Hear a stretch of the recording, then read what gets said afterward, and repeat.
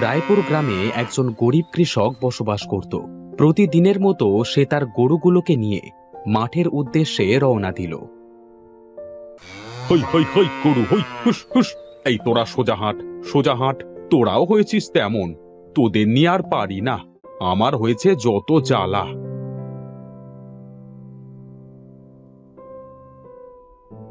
কি গো ভাই, এভাবে একা একা বকছো কেন? এই বাড়ি থেকে কি বউয়ের সাথে ঝগড়া করে এসেছো নাকি? আরে না রে ভাই, অভাবের সংসার। বাড়িতে বউ অসুস্থ, মেয়েটাও আধবুঝ, আর ছেলেটাও এতই দুর্বল যে ঠিকভাবে হাঁটতেও পারে না। তার ভেতরে এই গরুগুলো আমাকে এত জ্বালায়, আর কি বলবো। ভাই, এখন যে দিন পড়েছে, জিনিসের দাম আকাশ ছোঁয়া।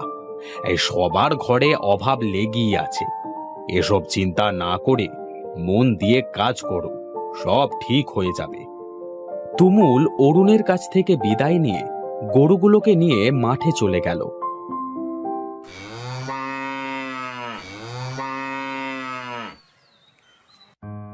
মাঠে গরুগুলোকে ছেড়ে দিয়ে সে একটা গাছের নিচে বসলো। একসময় ক্লান্ত শরীরে সে গাছের নিচে ঘুমিয়ে পড়ল। এভাবে দুপুর পেরিয়ে গেল। হঠাৎ তার ঘুম ভাঙল। এই রে, কখন যে ঘুমিয়ে পড়লাম বুঝতেই পারলাম না। অনেকটা বেলা হয়ে গেল যে। যাই, গরুগুলোকে নিয়ে এবার বাড়ি ফিরি।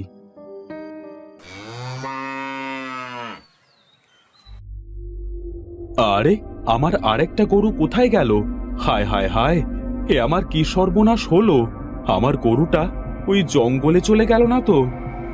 তুমুল তার এই গরুগুলোকে বাড়ির দিকে তাড়িয়ে দিয়ে সে জঙ্গলের উদ্দেশ্যে বের হলো। হাঁটতে হাঁটতে সে জঙ্গলের ভেতরে চলে এলো। জঙ্গলের ভেতরে তো চলেই এলাম, কই আমার সেই গরুটা কোথাও দেখছি না তো। তবে বাঘে খেলো না তো?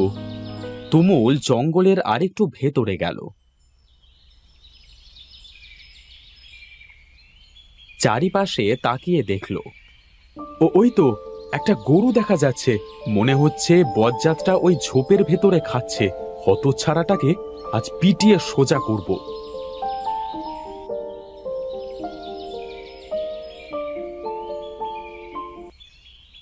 আরে, এটা তো আমার গরু না। আমার সেই গরুটা কোথায় গেল?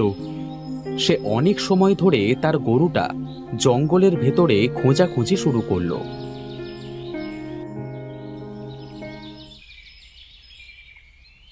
কোথাও না পেয়ে হতাশ হয়ে সে বলল, গরুটাকে মনে হচ্ছে কোথাও পাবো না।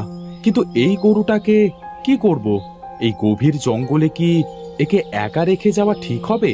না না, আমি বরং গরুটাকে নিয়ে যাই।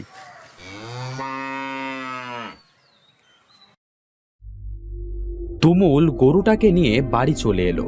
তার বউ তাকে দেখে বলল, আরে, এটা তুমি কার গরু ধরে এনেছো?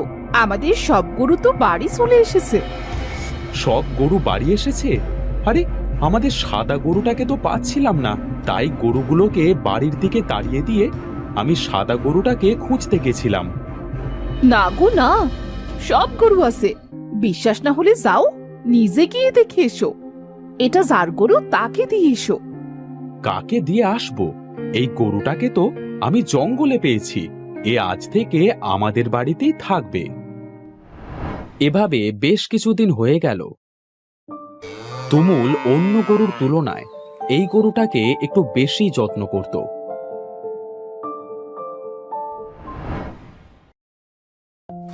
একদিন সে দেখলো তার সেই পাওয়া গরুর বাঁট দিয়ে টপটপিয়ে দুধ পড়ছে। আরে আরে আরে, এর বাঁট থেকে তো দেখছি দুধ পড়ছে। গিন্নি, ও গিন্নি, আরে একটা পাতিল আনো তো। এভাবে ডাকছো কেন? আর পাতিল কি করবে? গিন্নি, আমাদের কপালটা মনে হয় এবার খুলবে গো। এত বছর ধরে গরু পুষলাম, কোনো গরুতে না দিল দুধ আর না দিল বাচ্চা। আমাদের এই পাওয়া গরুটা দেখো দেখো, দুধ দিচ্ছে।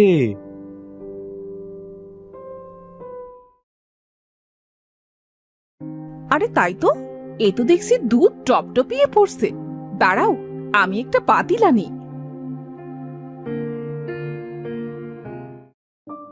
তুলি ঘর থেকে তুমুলকে একটা পাতিল এনে দিল। তুমুল দুধ দোহাতে দোহাতে এক পাতিল ভরে গেল। ওগো, আজ দুধ দোয়াতে হবে না। এত দুধ কে খাবে? আজ থাক। বলছো যখন থাক। গিন্নি, দুধের ভেতরে এমন সোনার মতো চিকচিক করছে কেন গো? দুধ তো সাদা হয়, এ তো দেখছি অন্যরকম। ওগো, বলি কি, দুধটা সিকে দেখো তো দেখি কি আছে এই দুধের ভেতরে। বউয়ের কথা মতো তুমুল দুধটা ছেঁকল, আর তারা দেখল দুধ পাতিলে পড়ছে, আর ছাঁকুনির ভেতরে সব সোনা আলাদা হয়ে যাচ্ছে। এ আমি কি দেখছি গো? এত সোনা! দুধের সাথে এত সোনা মেশানো! ওগো, এই দুধ তো খাওয়াও যাবে, আবার সোনাও বিক্রি করতে পারবো। আমাদের কষ্টের দিন যে এবার সত্যি শেষ হলো গো। গরুটা খুব লক্ষ্মী। ওগো, আজ থেকে এর নাম দিলাম লক্ষ্মী। গিন্নি, এই দুধটা তাড়াতাড়ি জ্বালিয়ে তুর্য আর তনিমাকে খেতে দাও, ওরা দুধ পেলে খুব খুশি হবে। তুলি দুধটা জ্বালিয়ে তার ছেলে মেয়েদের এক গ্লাস করে দুধ দিল, সাথে তারা দুজনও খেল। এভাবে বেশ কিছুদিন হয়ে গেল। তারা প্রতিদিন গরুর দুধ দোহায়ে সোনা পেত, আর দুধ জ্বালিয়ে তারা খেত। এভাবে তুর্য তার পায়ে শক্তি ফিরে পেল। তনিমা সম্পূর্ণ ভালো মানুষ হয়ে গেল, আর তুলিও সুস্থ হয়ে গেল।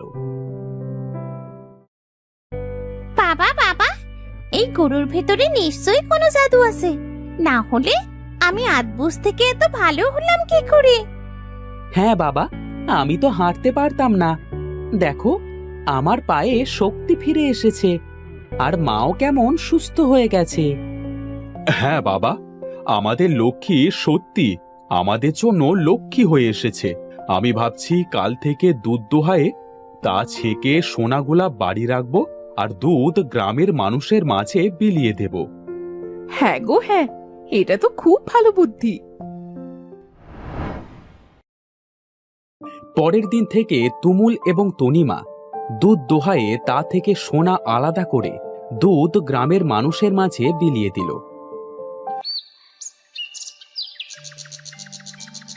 অল্প কিছুদিনের ভেতরে তারা অনেক ধনী হয়ে গেল, আর তাদের প্রতিবেশীদের ভেতরে যারা অসুস্থ ছিল, এই দুধ খেয়ে তারা খুব তাড়াতাড়ি সুস্থ হয়ে গেল। বাবা তুমুল, তোমাদের অনেক ধন্যবাদ বাবা। তোদের এই দুধ খেয়ে আমি অনেক সুস্থ হয়ে গেছি। হ্যাঁ, তোমাদের এই গরুর দুধে নিশ্চয়ই জাদু আছে। এই দুধ যে যে খেয়েছে তারা সবাই খুব সুস্থ ও বলবান হয়ে গেছে। সবই তোমাদের দোয়া বুড়িমা।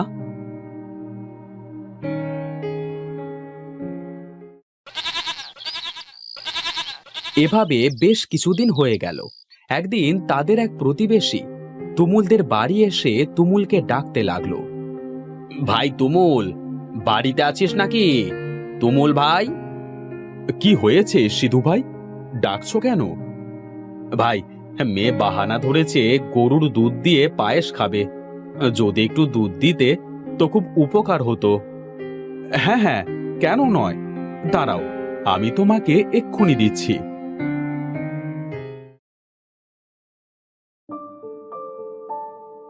তুমুল ঘরে গিয়ে একটা পাতিলে কিছু দুধ এনে সিধুকে দিল। সিধু দুধ নিয়ে বাড়িতে চলে এলো। তখন তুমুলের মনে পড়ল যে দুধ থেকে সোনা আলাদা করা হয়নি। এই রে, আজ তো দুধ থেকে সোনা বের করতে মনেই নেই। যাকে অতটুকু দুধে আর কতই বা সোনা থাকবে।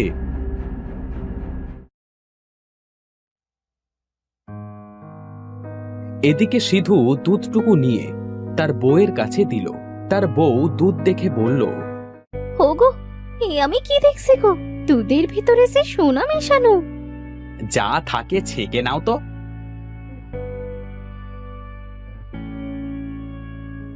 সারা তো দুধ ছেঁকে তার চোখ ছানা বড়া হয়ে গেল। ওগো, এ আমি কি দেখছি গো? দুধের ভিতরে যে সোনা মেশানো। তাই? আরে এই জন্যই তো বলি, এত গরিব লোক এত তাড়াতাড়ি ধনী হলো কিভাবে? ওই গরুটা আমার চাই চাই। কি বলছো তুমি? পাগল হয়ে গেছো নাকি? হ্যাঁ গো, ওই গরুটা আমি ওদের বাড়ি থেকে চুরি করে আমরা এই গ্রাম থেকে চলে যাব। তারপর আমরাও ওদের মতো অনেক ধনী হব। যেই ভাবা সেই কাজ।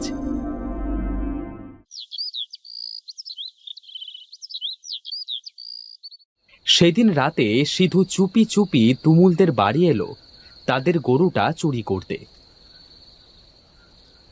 সিধু যেই গরুটার গায়ে হাত দিল, সাথে সাথে চারিপাশে প্রচন্ড বেগে ঘন্টা বেজে উঠল, আর তার সাথে চারিপাশ আলোয় আলোকিত হয়ে গেল। ওগো ওঠো ওঠো, বাইরে যেন কিসের শব্দ হচ্ছে, চলো তো গিয়ে দেখি।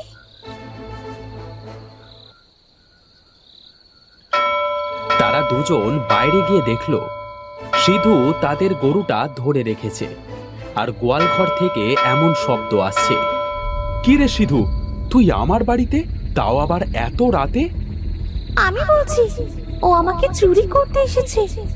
আমার গায়ে হাত দেবার সাথে সাথে ওর হাতটা আটকে যায়। ভাই তুমুল, আমার ভুল হয়ে গেছে, তুই আমায় ক্ষমা কর ভাই, ক্ষমা কর। কোনো ক্ষমা নেই তোর, তুই লোভ করেছিস, তাই আজ থেকে তোর একটা হাত থাকবে না। এটাই তোর লোভের শাস্তি। গরুটা তার এক হাত কেটে নিল। সিধু প্রচন্ড ভয়ে সেখান থেকে দৌড়ে পালালো। লক্ষ্মী, তুই তো এতদিন আমাদের সাথে কথা বলিসনি, তাহলে আজ? আমি তোমাদের সব বলবো ভাবছিলাম, কিন্তু তোমাদের উপরে আমার অনেক মায়া জন্মে গেছে, তাই বলতে পারছিলাম না। আমি একটা জাদুর গরু। হ্যাঁ গো, তোমরা খুব অভাবী ছিলে, কিন্তু খুবই সৎ ছিলে, তাই আমি তোমাদের কাছে এসেছিলাম। আর তোমরা যে গ্রামের লোকেদের এত উপকার করলে, এতেও আমি অনেক খুশি হয়েছি গো। সত্যি, আমরা তোর কাছে অনেক কৃতজ্ঞ, তুই আমাদের অনেক উপকার করেছিস। কিন্তু এবার যে আমায় যেতে হবে, তবে কোনোদিনও যদি তোমাদের কোনো বিপদ হয় আমাকে স্মরণ করো, আমি চলে আসবো। ভালো থাকিস লক্ষ্মী, তোকে অনেক মনে পড়বে রে।